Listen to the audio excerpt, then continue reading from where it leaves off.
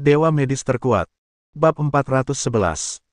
Semua orang di Istana Abadi Mosu sangat bersemangat, dan orang-orang biasa itu bahkan lebih putus asa. Bahkan Direktur Li, yang tahu bahwa Xiao Chen sangat kuat, mengalami perubahan ekspresi yang drastis, menjadi sepucat lilin. Mungkin satu-satunya yang tidak panik di tempat kejadian adalah keluarga Xiao Chen. Saya menyaksikan puluhan ribu anak panah bulu besi halus berjatuhan, menutupi langit dan matahari, bagaikan seekor binatang raksasa dengan mulut berdarah terbuka lebar, ingin menelan semuanya. Xiao Chen mendengus pelan dan menjentikkan jarinya. Di langit, seberkas cahaya keemasan melesat lurus ke langit dan langsung menuju formasi panah bulu besi halus. Cahaya keemasan itu sekuat naga panjang, melesat maju dengan cepat. Di udara, samar-samar terdengar suara auman naga yang menggetarkan jantung. Kecepatan cahaya tidaklah cepat, tetapi sangatlah kuat. Dengan tubuh yang lemah seperti itu, ia bertabrakan langsung dengan panah bulu besi halus dan meledak di tempat. Cahaya fluoresensi kecil bagaikan api, yang menyebar dengan cepat di padang rumput. Semua anak panah bulu besi halus di langit meledak. Hancurkan semuanya dengan gila-gilaan. Apa? Semua orang di Istana Abadi Mosu tidak dapat menahan diri untuk berseru kaget, terutama tetua Kong Fei yang tercengang. Formasi panah bulu besi halus yang sangat dibanggakannya itu bahkan tidak mampu menahan satu gerakan pun dari Xiao Chen. Apakah kamu bercanda? Tetapi entah dia percaya atau tidak, kekuatan itu sudah datang dan menghantam tubuhnya dengan keras, menyebabkan dia memuntahkan darah dan dadanya retak. Melihat pemandangan ini, para murid Istana Abadi Mosu, Zhang Chenghai, dan Han Meimei semuanya tampak pucat. Mereka tahu bahwa Xiao Chen sangat kuat. Tetapi saya tidak pernah menyangka Xiao Chen akan sekuat itu. Tingkat kekuatan ini telah lama melampaui kisaran kekuatan yang seharusnya dimiliki orang normal. Ini bisa disebut keajaiban. Bagaimana kamu bisa begitu kuat? Kau tidak perlu tahu ini. Kembalilah ke Istana Abadi Mosu dan beritahu murid-muridmu bahwa mulai sekarang, kalian tidak boleh melangkah ke dunia sekuler lagi. Kalau tidak, aku akan membunuh kalian semua. Tidak seorang pun akan selamat. Tetua Kong Fei menggigil, lalu berbalik dan berlari. Dari Cakrawala, beberapa aura datang mendekat dengan cepat. Mereka adalah Suanyuan Sitian dan lainnya. Mereka telah merasakan fluktuasi energi spiritual di sini. Tuan Xiao. Tidak apa-apa, biarkan dia pergi. Ya. Lalu beberapa ini. Suanyuan Sitian dan yang lainnya memandang Zhang Chenghai, Han Meimei, dan murid-murid lain dari Istana Abadi Mosu. Xiao Chen tampak acuh tak acuh. Potong-potong dan buang ke sungai untuk memberi makan ikan. Janji. Zhang Chenghai dan yang lainnya langsung tampak pucat dan sangat putus asa. Tuan Xiao, tolong ampuni nyawaku. Tuan Xiao, tolong ampuni nyawaku. Namun sayang, Suanyuan Sitian dan yang lainnya tidak memberi mereka kesempatan sama sekali dan membawa mereka pergi dengan paksa. Di luar pintu, beberapa Land Rover Defender datang dengan cepat, dan Shen Tianjun dan yang lainnya pun segera datang. Tuan Xiao, berita penting dari Jiangnan. Xiao Chen sedikit mengernyit dan berkata kepada Liu Yunxuan. Bawa putrimu ke pertemuan orang tua dan guru dan langsung pulang. Aku akan segera kembali. Oke silahkan.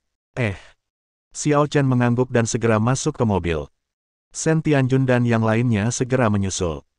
Katakan padaku, Jiangnan, apa yang terjadi? Beberapa orang kaya dari Jiangnan diam-diam datang ke sini untuk meminta bantuan. Mereka menduduki istana api di Jiangnan dan bertindak gegabah di Jiangnan, merampok harta orang-orang kaya ini dan merampas istri serta anak perempuan mereka. Dapat dikatakan bahwa mereka melakukan segala macam kejahatan. Selain itu, Tuan Muda Istana Api, pembunuh naga api, akan menikahi nonaku Qingying sebagai selir. Nonaku dipaksa. Xiao Chen menyipitkan matanya sedikit, dan dua sinar dingin yang tajam meledak. Awalnya, aku tidak ingin peduli dengan sekte-sekte abadi ini. Aku hanya berpikir bahwa mereka juga makhluk hidup di planet ini. Namun, aku tidak menyangka bahwa mereka akan bertindak terlalu jauh. Pertama-tama mereka membuat masalah di Jiangbei, dan kemudian mereka mengambil alih gunung-gunung di Jiangnan. Tampaknya jika aku tidak berurusan dengan mereka, mereka benar-benar berpikir bahwa aku, Xiao Chen, adalah buah kesemak lunak yang harus diremas. Tuan Xiao, sekarang kekuatan pedang ilahi timur dan pemimpin korps lainnya telah meroket setelah mempelajari keterampilan Anda, dan mereka telah menerobos ke alam dewa super. Banyak murid yang tersisa telah menerobos ke Kaisar Bela Diri dan bahkan menjadi dewa yang kuat. Kekuatan kita saat ini tidak lemah. Mengapa tidak memusnahkan para murid Istana Abadi ini dalam satu gerakan dan beritahu mereka bahwa seni bela diri sekuler ini tidak mudah untuk diganggu? Xiao Chen mengetuk pintu mobil, berpikir sejenak, dan matanya berkedip. Pemimpin. Mari kita pergi ke Jiangnan terlebih dahulu dan selesaikan masalah di sana, baru kita bicarakan nanti. Ya. Di pegunungan dan hutan Jiangbei, Penatua Kong Fei dengan cepat terbang ke Istana Abadi Mosu, membuka penghalang di pegunungan dan hutan, dan memasuki dunia kecil di dimensi lain. Guru. Guru. Bukankah ini Penatua Kong? Bukankah kau pergi ke dunia sekuler Jiangbei untuk mengumpulkan garis keturunan jenius untuk sekte kita? Mengapa kau kembali saat ini? Berhenti bicara omong kosong. Cepat. Antar aku menemui kepala sekolah, ada sesuatu yang penting untuk dilaporkan. Ya. Semua orang menanggapi dan segera membawa tetua Kong Fei ke aula utama Istana Abadi Mosu. Di dalam aula utama, kepala sekolah Istana Abadi Mosu sedang mendiskusikan teknik kultivasi dengan para tetua. Tiba-tiba, mereka terkejut melihat Penatua Kong Fei datang. Penatua Kong Fei, mengapa kau di sini? Bukankah kau di Jiangbei, menjalankan rencana Istana Abadi Mosuku? Lagi pula, kok kamu bisa terluka parah? Siapa yang menyakitimu? Penatua Kong Fei menarik napas beberapa kali dan menenangkan diri sebelum berbicara. Melapor ke kepala sekolah dan semua tetua. Kami bertemu Xiao Chen di Jiangbei. Sekarang, seluruh pasukan telah dihabisi. Akulah satu-satunya yang berhasil melarikan diri. Seluruh pasukan telah musnah. Bagaimana ini mungkin? Aku punya begitu banyak guru di Istana Abadi Mosu, tidak bisakah mereka mengalahkan Xiao Chen? Seorang anak dari dunia seni bela diri sekuler. Tetua Kong Fei, mengingat kembali pertempuran tadi, masih dalam keadaan terkejut, dengan sedikit ketakutan terpancar di matanya. Tuan, Xiao Chen jelas bukan orang biasa. Kita bukan tandingannya. Kalau dia tidak memintaku kembali untuk menyampaikan pesan, aku tidak akan pernah kembali. Apa yang dia minta kamu katakan? Dia berkata, kita, Istana Abadi Mosu, tidak akan diizinkan menginjakkan kaki di dunia fana lagi. Kalau tidak, dia akan menghancurkan Istana Abadi Mosu kita. Kentut. Menurut Xiao Chen, dia itu apa? Benar sekali. Istana Abadi Mosu milikku telah diwariskan selama ribuan tahun. Bahkan di antara Istana Abadi, istana ini terkenal. Siapa Xiao Chen? Dia hanya seorang praktisi seni bela diri yang lebih beruntung. Apa haknya untuk berani mengatakan hal ini kepada Istana Abadi Mosu milikku? Tuan, kita di sini untuk bertarung. Ayo kita pergi ke Jiangbei dan bunuh bajingan itu, oke? Benar sekali. Tuan, bunuh Xiao Chen dan sebarkan kekuatan Istana Abadi Mosu kita. Kalau tidak, anak ini akan menjadi terlalu liar dan melupakan namanya sendiri. Kepala sekolah Istana Abadi Mosu mengangguk dan membelai jenggotnya dengan lembut, matanya menampakkan dua niat membunuh yang dahsyat. Benar sekali. Kalau begitu. Namun pada saat ini, sesuatu yang aneh terjadi. Bab 412. Penatua Shen Fei tiba-tiba menjadi bungkuk. Wajahnya tampak sangat garang dan tidak nyaman. Semua orang tidak dapat menahan diri untuk berseru. Apa yang terjadi? Penatua Shen. Aku. Wajah Shen Fei memerah, dan seluruh meridian di tubuhnya tanpa sadar terekspos, tampak mengerikan dan berkelok-kelok, seperti gunung di tanah. Ah! Tiba-tiba, disertai teriakan, tubuhnya meledak menjadi bola kabut berdarah. Semua orang tidak dapat menahan diri untuk tidak menggigil hebat, lalu menjadi marah. Ini terlalu banyak. Ini terlalu banyak. Guru, kami meminta untuk bertarung. Bocah kecil Xiao Chen harus dibunuh. Kalau tidak, bukankah keluarga Moku akan ditertawakan oleh sesama seniman bela diri? Pimpinan Istana Abadi Mosu hendak berbicara ketika tiba-tiba kabut darah berubah lagi dan perlahan membentuk suatu sosok. Sosok ini, dengan kedua tangan di belakang punggungnya, berdiri gagah di aula. Meski begitu, dia terlihat sangat biasa. Namun, sepasang mata itu, yang menatap lurus ke arah kepala sekolah Istana Abadi Mosu, membuat kulit kepalanya geli. Istana Abadi Mosu, jika kalian berani melangkah ke dunia fana, kalian semua akan berubah menjadi abu. Hanya beberapa kata, tetapi dipenuhi dengan niat membunuh, semua orang yang hadir saling memandang dengan terkejut. Tekanan yang datang dari lubuk hati mereka membuat hati mereka terasa seolah-olah seseorang sedang menggenggam mereka dengan erat.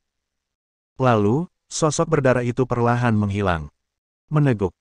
Semua orang menelan ludah, wajah mereka dipenuhi keterkejutan dan ketakutan. Mereka saling memandang, dan tidak ada seorang pun yang berani mengatakan sepatah kata pun. Setelah waktu yang lama, Kepala Sekolah Istana Abadi Mosu akhirnya berbicara. Untuk sementara waktu, semua orang di Istana Abadi Mosu akan mengasingkan diri. Tidak seorang pun diizinkan meninggalkan gerbang gunung tanpa izin. Jika tidak, jangan salahkan aku akan menghukummu sesuai dengan aturan sekte. Di sisi lain, konvoi Jiangbe juga tiba di Jiangnan. Cuacanya tidak terlalu bagus, mendung dan hujan, dan ada sedikit darah di udara, yang membuat orang merasa tidak nyaman. Konvoi itu langsung menuju ke sebuah villa kecil di Jiangnan, di mana beberapa orang kaya telah menunggu. Xiao Chen keluar dari mobil, dan Ye Wuchen berdiri di sampingnya, menggunakan energi spiritualnya untuk berubah menjadi payung besar yang tak terlihat untuk memisahkan hujan dari langit. Semua orang kaya, terlepas dari gerimis, berlutut di halaman secara serempak. Kami di sini untuk menyambut Tuan Xiao. Tuan Xiao, Anda akhirnya di sini. Kami telah menunggu Anda sejak lama. Ekspresi Xiao Chen tenang, dan dia berkata, "Bangun. Hujan nih. Jangan sampai masuk angin." Semua orang dipenuhi rasa syukur. Tuan Xiao, selama Anda bisa datang, kami akan tetap di sini. Bahkan jika kami harus terkena hujan selama sisa hidup kami, itu akan sepadan. Jika ada yang ingin kau katakan, masuklah dan bicaralah. Ya. Semua orang menyambut Xiao Chen, dan seorang wanita kaya segera maju dan membuatkan teh untuk Xiao Chen. Dapat dilihat bahwa tekniknya tidak begitu bagus, dia sedikit canggung dan bingung. Ayahnya segera menjelaskan, "Tuan Xiao, jangan tersinggung. Keluarga kami semua telah kehilangan harta benda mereka, jadi kami tidak mampu menyewa pengasuh atau pembantu yang layak. Saya hanya bisa membiarkan putri saya menyajikan teh dan air untuk Anda." Xiao Chen sedikit mengernyit, namun tidak mempedulikannya. Apakah situasi saat ini begitu serius? Semua orang saling memandang dan mendesah dalam-dalam. Ini lebih dari sekadar masalah serius. Tuan Xiao, Anda tidak tahu. Jiangnan kita telah berubah drastis sejak kita datang ke Istana Peri Api. Beberapa orang kaya raya yang tidak mau diperintah oleh mereka langsung dibunuh di tempat. Bahkan mereka yang bersedia bekerja seperti budak pun diganggu oleh mereka. Keluarga Yun Jiangnan dan Patua Yun menyerah kepada mereka, tetapi dalam sehari, mereka membunuh 7 ahli waris langsung keluarga Yun karena ketidakmampuan mereka. Mereka membunuh semua keturunan keluarga Yun sekaligus, meninggalkan keluarga Yun tanpa keturunan. Tidak hanya itu, ketiga menantu Tuan Yun juga dianiaya oleh mereka. Tuan Xiao, bajingan-bajingan ini jelas bukan manusia. Para murid Istana Peri Api dengan sembrono menduduki keindahan Jiangnan dan menindas orang-orang Jiangnan. Beberapa penjahat kecil mengikuti mereka dan membangun kekuatan mereka. Setiap hari, mereka bertindak seperti penindas dan menindas yang lemah. Jika kamu tidak datang, kami benar-benar tidak akan bisa bertahan hidup. Cahaya dingin melintas di mata Xiao Chen. Lagi pula, dia melebih-lebihkan kualitas bajingan-bajingan ini. Mereka hanya menganggap diri mereka sebagai dewa. Karena sangat tidak bermoral, membahayakan orang banyak, dan memperlakukan kehidupan manusia sebagai sesuatu yang tidak berharga, dia pantas dihukum mati. Pada saat ini, sekelompok orang tiba-tiba bergegas masuk dari luar pintu. Tuan Li, keluar dari sini. Bos Li gemetar ketakutan dan segera berkata kepada Xiao Chen. Tuan Xiao, orang ini bernama Zheng Hua. Awalnya dia adalah seorang preman jalanan di Jiangnan. Karena dia bergabung dengan Istana Abadi Berapi, statusnya meningkat. Dia menindas kita sepanjang hari. Dia datang untuk meminta uang kepada kita sesekali. Jika kita tidak memberinya uang, dia akan merampok rumah kita. Xiao Chen menurunkan kelopak matanya, niat membunuh menyeruak keluar. Biarkan dia masuk. Ya. Faktanya, meskipun Bos Li tidak mengizinkannya masuk, dia tetap masuk sendiri. Dia adalah seorang gangster dengan rambut dicat kuning, berpenampilan bajingan, mengenakan jaket kulit dan memegang rokok Zonghua di mulutnya. Di belakangnya, ada beberapa antek seni bela diri, dan kekuatan mereka berada di tingkat master seni bela diri. Saya pikir mereka semua telah tunduk kepada Istana Peri Api. Lao Li. Dasar bajingan, kau terus mengeluh padaku tentang kemiskinanmu. Ada begitu banyak mobil Land Rover yang diparkir di luar pintu. Sialan, aku tidak menyangka kau akan ditabrak olehku, kan? Bos Li berteriak dengan marah. Zheng Hua, dasar bajingan. Apa hubungannya uang keluarga Li dengan dirimu? Zheng Hua menyipitkan matanya sedikit. Hei, berani sekali kau bicara seperti itu padaku. Kurasa kau ingin cari masalah, kan? Bos Li mencibir. Siapa yang sudah bosan hidup? Masih belum jelas. Tuan Xiao dari Jiangbei ada di sini, mengapa Anda tidak segera berlutut? Tuan Xiao. Zheng Hua sedikit tertegun. Dia melirik Xiao Chen dan kemudian memberinya pandangan menghina. Apa-apaan Tuan Xiao? Dia pikir dia siapa? Dia masih mengira Jiangnan adalah zamannya. Zamannya sudah lama berlalu. Sekarang, istana peri api kitalah yang bertanggung jawab atas Jiangnan. Bahkan jika dia seekor naga, dia harus melingkariku saat dia datang ke sini. Tatapan itu penuh dengan penghinaan dan kesombongan. Seolah-olah Xiao Chen tidak ada di matanya. Aku berkata terus terang. Hari ini, Land Rover yang ada di luar sana semuanya milikku. Lagi pula, malam ini adalah hari ulang tahunku, jadi ajak putrimu untuk ikut denganku sekarang juga.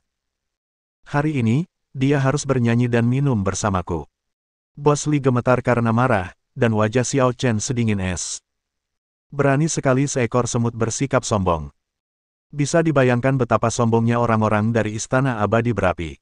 Bersambung.